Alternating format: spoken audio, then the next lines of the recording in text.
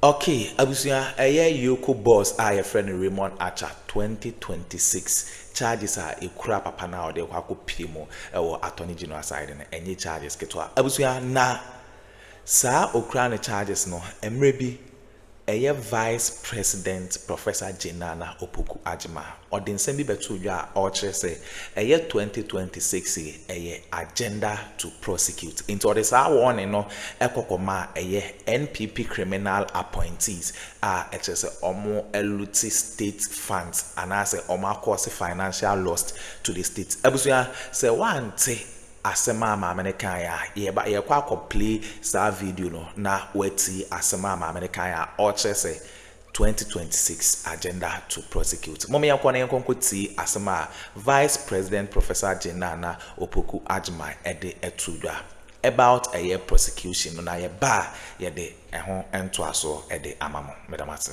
And going forward, let us all be mindful. We have an agenda to prosecute. We have a country to build, and everybody is part of it.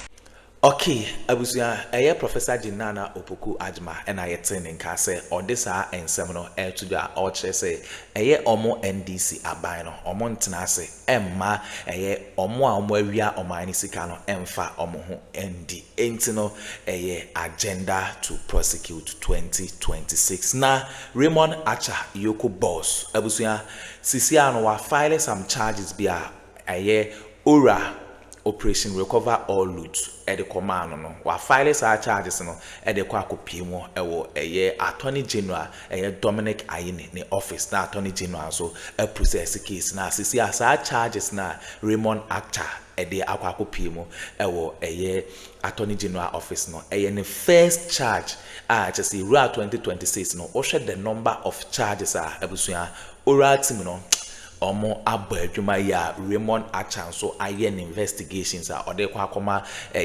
Attorney General no lawyer Martin Kpebu de honsem bi ababetudwa de afa Raymond Archer ni charges wa file or de kwa akoma Attorney General amomi yanko na yenkonkoti ensema lawyer Martin Kpebu de fa Raymond Archer ni charges no na answer na ebeko no unsubscribe ya subscribe like na share ma afofron so ensa into me enkabi abuzia omi yanko na yenkonkoti ensema lawyer Martin Kpebu editudwa edifa Raymond Archer na dwuma obo ho medamase right last killer Raymond Archer is also having more cases presented to the AG, and so this year you see more cases making it to court, and so the fight will be ramped up, ratcheted up, and so there will be no space for the corrupt ones who want to loot our public purse. And of course, the icing on the cake, we are begging President Mahama, we have to pass the asset declaration law that will enable publication of assets that are declared. The IMF has told President Mahama that he should make sure that the new law will have publication of assets. There's an update on that. If you look at the fifth review. Yes. Thank you. You see, the incumbency advantage or disadvantage, you put it at 30%. It's also coming up. Today is 30%. Today is 30%. In the years to come, how things play out, the government the economy and all of that, which is going to be a very major determinant on this. How the individuals also carry themselves. Thank you very much. Yes. You see, all the people who Musa Dankwa had put their beautiful pictures there, all of them will beat anybody NPP will present. Today. Fact. But the question is, you mean all these people? All these people. And he adds a word for you. In fact, today. Including me. But that today is very important. But you see, for me, the critical question is, NDC politics is a timing politics. Timing. Which one is not? And so if you miss the timing conversation in NDC, you are gone. Check from 1992. One misstep, you are gone. And you are gone for good. One misstep. Unless you are President Mahama. You are gone for good. And he bid his time. And time made the difference for him. Quintessential. You hardly get that. A person who got the timing right. That's him. uniquely so. We have seen, growing up, people who had all kinds of ambitions in our party, and later it became a very serious one. So it's good Musa Dankwa is doing his work, but I can tell you that it's completely premature. Completely premature, because where I sit and what I see, possibly just one word from the mouth of President Mahama can change all the dynamics. What about that? Our party, if you recall, there were many who were on their flinches. It took one Swedro declaration to change the dynamics of everything. That's the NDC for you. Our party hardly sticks to models. The NDC is a very unique political party. And so, yes, Musa Dankwa is an accomplished poster. He's done this not only in Ghana, he's done this not only for politics, but even for private organizations. He pulls beautiful numbers for private organizations, and I respect him a great deal. But I'm saying that the conversation about NDC flag bearership today is a very premature conversation, and I do not have the competence to tell him not to. What I can urge our party supporters is that we have governance ahead of us. The expectation of the people of Ghana is to deliver on the social contract that President Mahama and the NDC signed with them on the 7th day of December 2024. That is their only legitimate expectation of us. When the time comes, and per the NDC constitution, this whole year we dedicate it to reorganizing the party. We'll do our branch elections, constituency election, regional election, national election. Per the party constitution, when we are in government, we have 24 months within to elect. When we are in opposition, 24 months to do that, so you can have enough time. But when we are in government, there's not much urgency. That's 12 months. 12 months is enough for us to do. So you want to worry about this in 2027? Because the point is, if we don't deliver, putting anybody on it. And President Mahama has this analogy he used to make. He said, if the horse is not healthy, the person who mounts the horse is irrelevant. Get a healthy horse, and the person who mounts it only do just an additional work. And so at this point, how do you get the NDC as a political party to be healthy for a future election? By delivering, by working on the expectation of the people of this country. That, for me, is what is important. Once you do that, all other things will fall in place. We will win the 2028 election. That, for me, is the most important thing. And that should be the modeling that Musa Dankwa should be putting up. There is a caution that your General Secretary, Fifi Kwete, put out this week, that there are some elements in the party who are pushing this agenda of a third term for the President, John Dramani Mahama, even though the President himself has stated that he is not interested. And in fact, the Constitutional Review Committee says it never came up as a topic. But this is Fifi Kwete earlier in the week. And I'll ask you what exactly is going on, reason why he came out to make this public statement of caution to people in the party who are doing this. Take a look. These days, it saddens me when I see so much sycophancy creeping into our party. I see a group of people who obviously, from every indication, they believe that singing the praises of a leader is the only way they can survive. And that's why you hear some of those people even urging statements like there should be a third term. It's just nothing but sycophancy. Pure sycophancy and bootlicking of the highest order. Jerry Rawlings, who was the founder of this party, never at any point was urged by anybody to go for any third term. And you have a bunch of sycophants who today think that all they need to do is to sing praises and hoping that somehow those praises will get them some opportunities that they are looking for. You don't love our country. You don't love our party. If you do, you will not be such sycophants.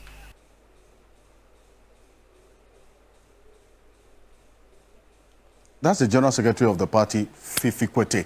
Now, Mr. Dankwa, you have to leave us now. We have dealt with the issues in your poll. So thank you.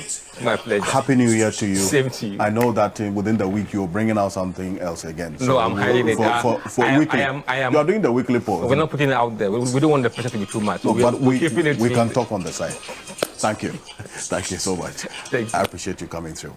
Pleasure. Have a good one.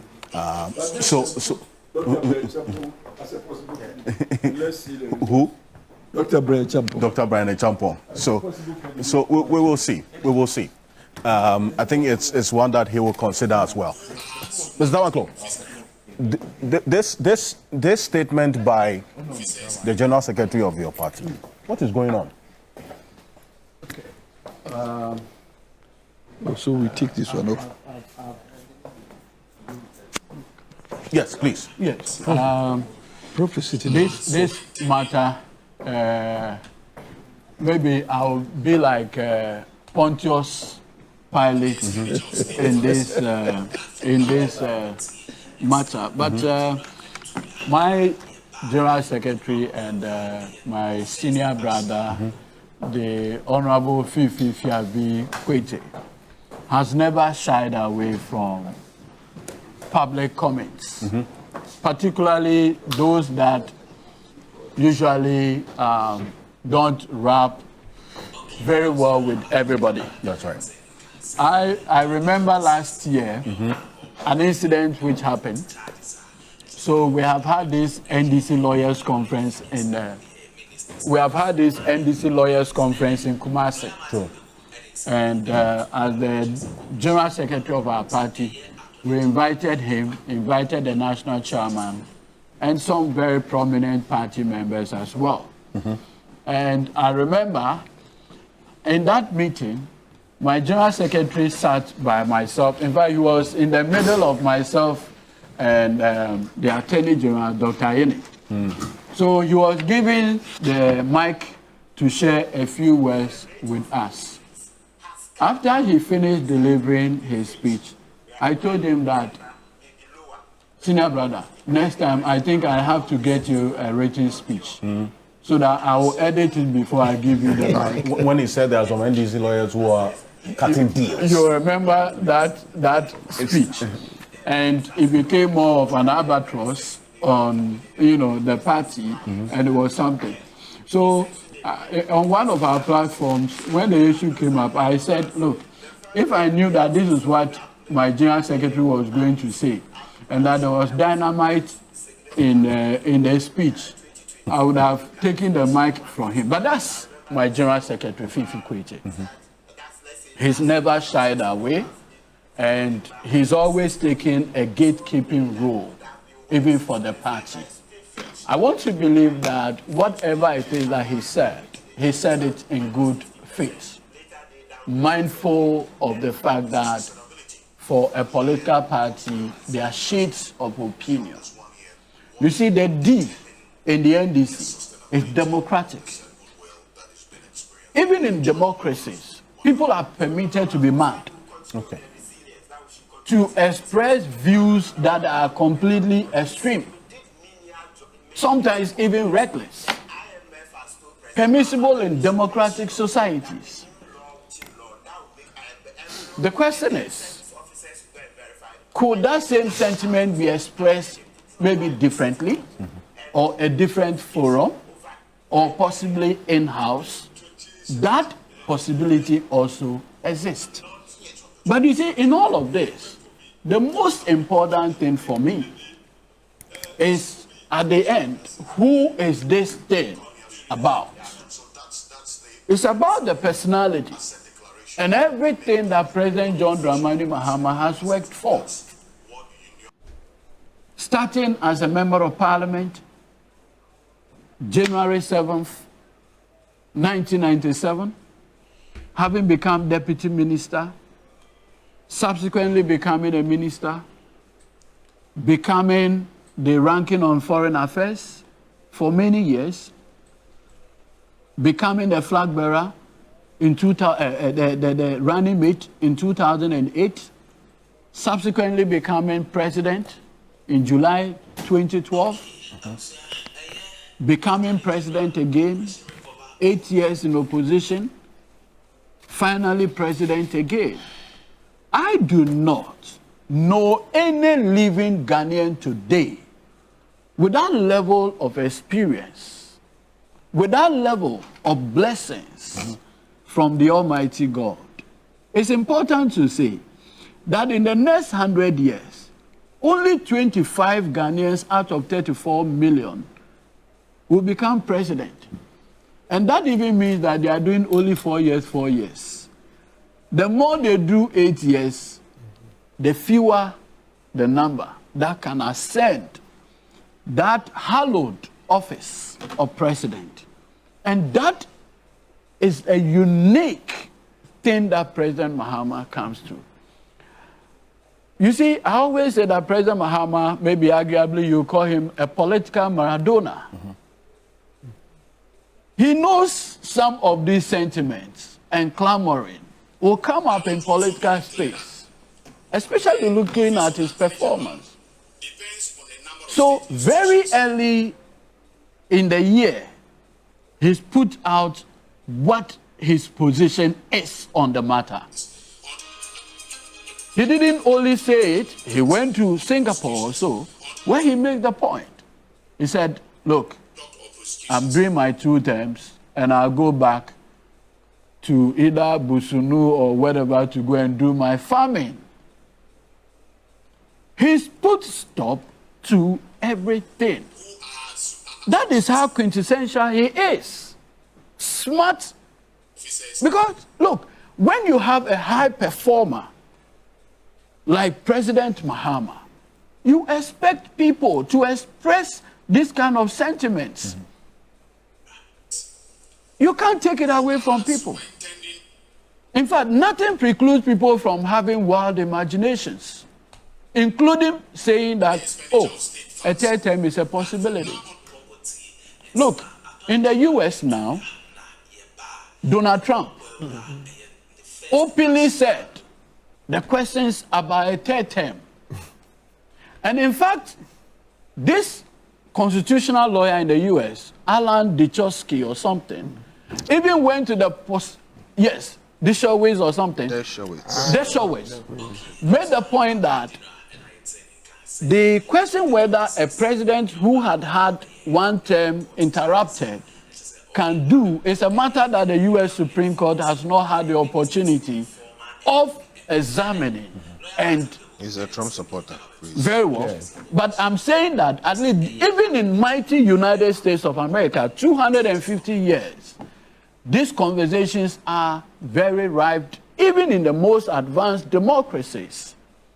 And so it shouldn't be anything different, especially so when we have handled this constitutional democracy for barely 70 years from independence, compared to 250 years. These issues will come up. These issues will come up.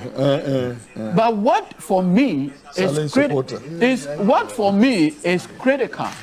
is that the boss, the commander-in-chief, the leader of the NDC has already put out his position in the matter.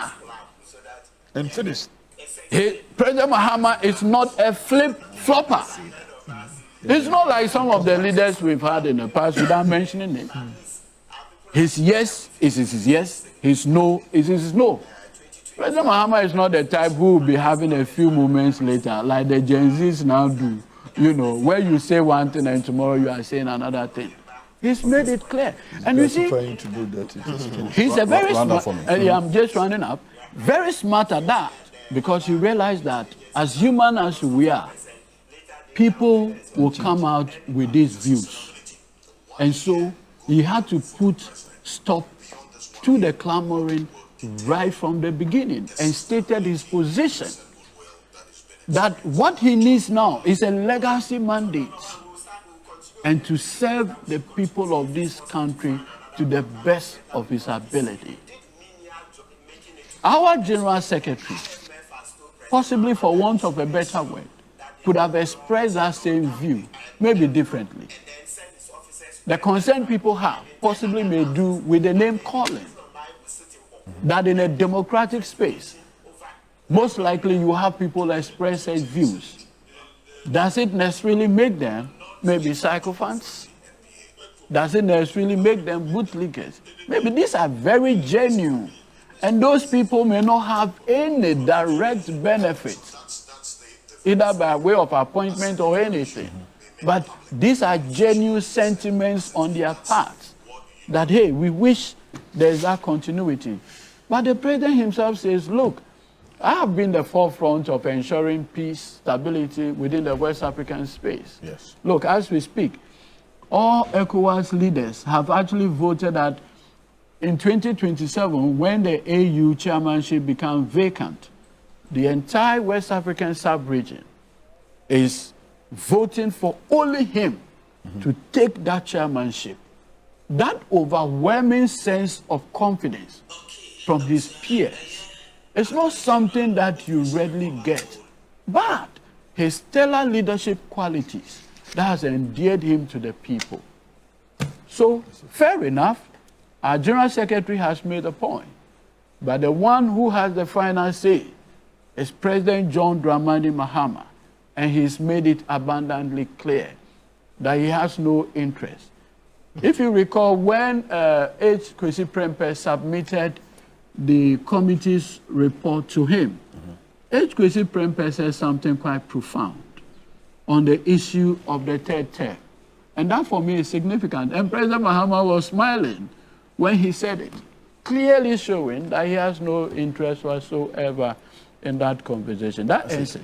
Well, okay, abusia we ne ensema ekoso ewo political highway so lawyer Martin Pebu and ayete nka se odisa ensem no etudwa ede amayasa 2026 no abusia there is interesting moments ahead. Yeah, so ya Japan say any update bia e be free Attorney bia no ya de bebre mo unsubscribe ya subscribe like na share ma afufron so ensa into me enka bi Ghana Politics Avenue. So and don't forget to click on the notification bell so na any update bia e be drop no also onsa e be to me aka madam ase.